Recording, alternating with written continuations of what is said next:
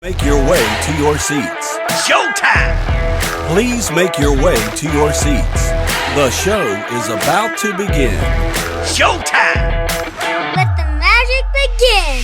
Apple, according to suppliers, Apple has decided with their massive amounts of Vision Pro sales decline. They originally had 180,000 pre-orders, then it dropped like a stone. They were probably mostly developers trying to get their hands on it.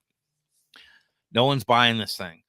Nope. So they're Not slowing surprised. down their supplies. They're cutting. They're telling people not to make them anymore in certain factories. And they're focusing on a new product. Apparently, it's going to be significantly cheaper. Wait, significantly cheaper meaning still $1,500. The thing, well, yeah, is it $1,500? That's what I read an article about it. Still $1,500.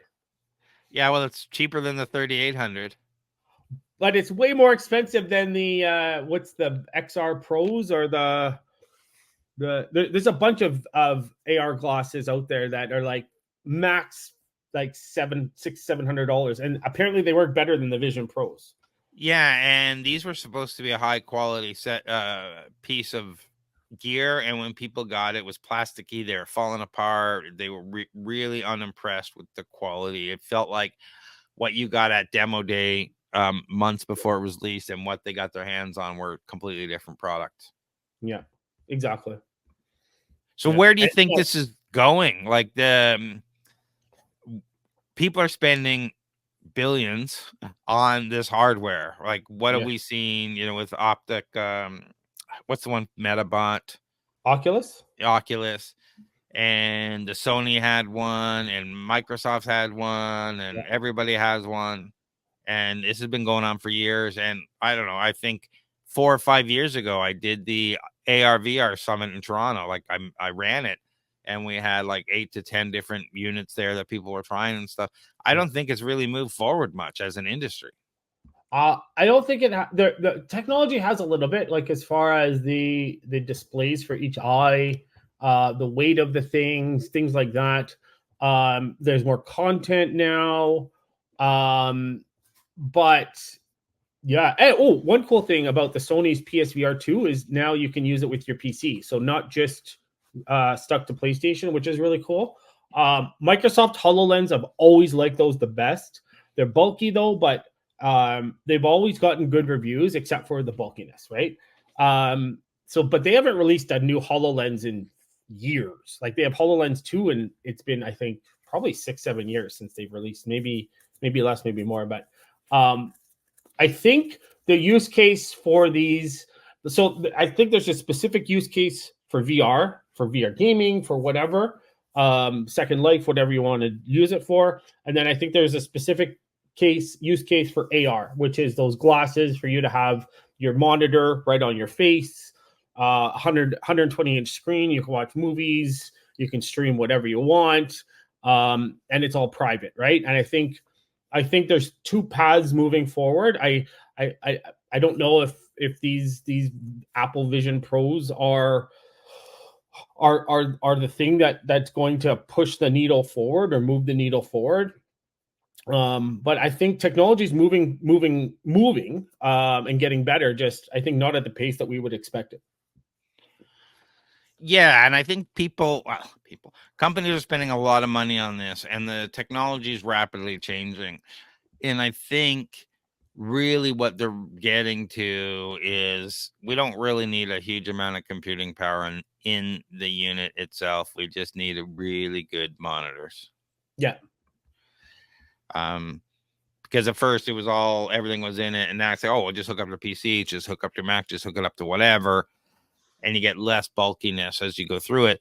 The other challenge, obviously, is anybody with glasses has a hard time with these. And I would have figured some smart app person would have figured out, considering it's just pixels on a screen, how to change based on your prescription. You just type in your eye prescription, and it would distort appropriately.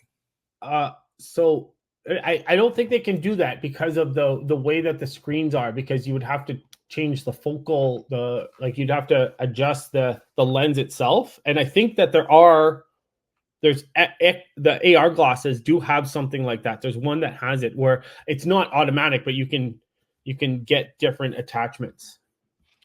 And the lenses are becoming different. I think we have in one of our potential upcoming topics is new lenses Yeah, for augmented reality glasses. we'll cover that one next week. Yeah, the technology outside of these things is changing so rapidly that I think the problem is for companies to spend what it takes to actually go into a manufacturing cycle and produce hundreds of thousands of these and not get the return on investment when 6 months or 3 months it's outdated before it's released is a struggle when they're not selling. So I think why they're sticking to the base technology as all this changes till they come out with a better product. I feel like we're in the early stages of the tablet market. I had Microsoft Windows tablet long before Did you have the Palm one, the HP Palm one with Palm OS? I did not. No. So I like this story. Sorry.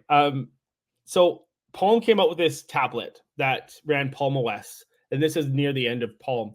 And so they were great tablets at the time, just crappy operating system. So what happened was they ended up doing a fire sale on them. I ended up buying like 6 of them because you could jailbreak it and install Android. So you'd have an amazing Android tablet for a super cheap price, which is kind of fun. But yeah, I was back in the day. I had some senior tech jobs, so I got to fool around with some of the latest tech to the point of that one place where I was at, my boss deliberately wanted me to have completely different equipment than anybody else because he'd bring me into negotiations with every hardware vendor. So we'd go in with Dell and I'd be sitting there with some other laptop, or we go in Compact and I'd be sitting there with some other, everyone we go with, they'd be like, oh shit, these guys aren't big fans of ours. And it would actually drive the price down. Yeah. So he encouraged just my team. Everyone else had to do standards. So we got carried away a little bit. And we were allowed to buy whatever we wanted. Wow. Simply for that reason. We were the architects and stuff. We were technical, but it was really for power of negotiation. It saved the company hundreds of thousands of dollars. So it worked. Wow. Anyway, funny. Back to stuff. It was funny how he showed me that, our team would walk in negotiations with a big, we're buying 5,700 laptops to go across and we're spending lots of money. And my team walks in with him and we all have a different laptop and everyone's like, oh crap. We thought we were a shoe-in for this, right? It really changes the picture. Yeah. We'll see where this augmented reality stuff goes. Yeah. But I think, we're heading somewhere and it's just taken a long time to get there. Yeah.